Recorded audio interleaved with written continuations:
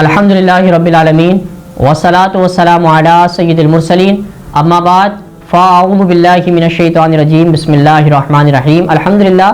آج 14 رمضان مبارک ہمارے سروں پر سایہ فگن ہے اور اپنی رحمتیں اور برکتیں لٹا رہا ہے۔ قرآن پاک کی تلاوت کی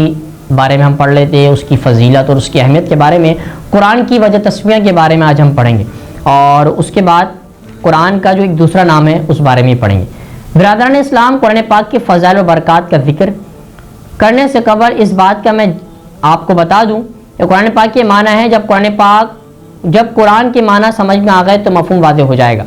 اس لیے ہر کتاب کا نام اس کے مفہوم کو واضح کر دیتا ہے۔ دنیا کی کسی چیز کا نام لیتے ہی اس کا تصور اس کے مفہوم تک پہنچ جاتا ہے، اس لیے قرآن کا ماننا جاننا ضروری ہے۔ قرآن کے دو مادے ہیں، ایک ہے قرء سے بنا جس کا معنی ہے جمع ہونا، تو قرآن کو قرآن اس لیے کہتے ہیں کہ اس میں اولین و آخرین کے علوم کو جمع کر دیا گیا، اور دنیا کا کوئی علم ایسا نہیں ہے جو قرآن میں موجود نہ ہو۔ علوم انبیاء قرآن میں موجود، علوم عرش قرآن میں، علوم لوح قرآن میں، علوم توریت قرآن میں، علوم انجیل قرآن میں، علوم زبور قرآن میں، اس کے بعد علوم دینی قرآن میں، علوم برزخ قرآن میں، علوم ظاہر قرآن میں، علوم حیات قرآن میں، علوم ولایت قرآن میں، علوم فرش قرآن میں، علوم عرش قرآن میں، علوم جنت قرآن میں، علوم زبور قرآن میں، علوم صحائف قرآن میں، علوم دنیاوی قرآن میں، علوم حشر قرآن میں، علوم باطن قرآن میں، علوم تصوف قرآن میں، بلکہ یوں کہیے کہ تمام علوم قرآن عظیم میں موجود ہیں۔ اس لیے ارشاد باری تعالیٰ ہوتا ہے سورہ نحل میں، اور ہم نے تم پر یہ قرآن اتارا کہ ہر چیز کا روشن بیان ہے، یا یوں کہیے کہ قرآن تمام بکھرے ہوں کو جمع کرنے والا ہے۔ عربوں کا طعام کلام اور لباس اور ہے، ہندیوں کا کلام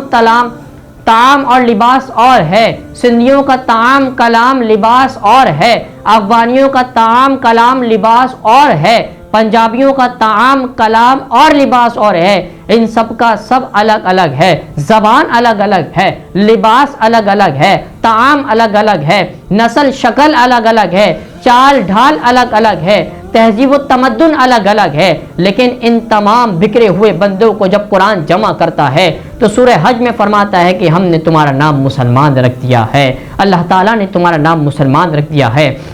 قرآن کا دوسرا معنی بھی ہے، وہ ہے قرآن حکیم کا ایک معنی فرقان بھی ہے، یعنی فرقان کرنے، یعنی فرقان الگ الگ کرنے والی چیز۔ فرقان حق و باطل میں الگ فرق کرتا ہے، فرقان سچ اور جھوٹ کو الگ کرتا ہے، فرقان مومن اور کافر میں الگ کرتا ہے، فرق کرتا ہے، فرقان اہل ایمان اور بے ایمان میں فرق کرتا ہے۔ اور قرآن انسان پڑھتے ہیں، قرآن جن پڑھتے ہیں، قرآن صبح و شام پڑھتے ہیں، قرآن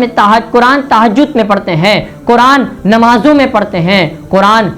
خوشیوں میں پڑھتے ہیں، قرآن شبینوں میں پڑھتے ہیں، قرآن اکیلے میں پڑھتے ہیں، قرآن جماعت میں پڑھتے ہیں، قرآن مسلمان پڑھتے ہیں، قرآن اہل ایمان پڑھتے ہیں، قرآن دکھ سکھ میں پڑھتے ہیں، ہر صبح ہر شام ہر دن ہر رات ہر آن قرآن کی تلاوت ہوتی ہے، اور اس لیے قرآن سے زیادہ نہ کوئی کتاب پڑھی گئی اور نہ ہی قیامت تک پڑھی جا سکتی ہے۔ اور قرآن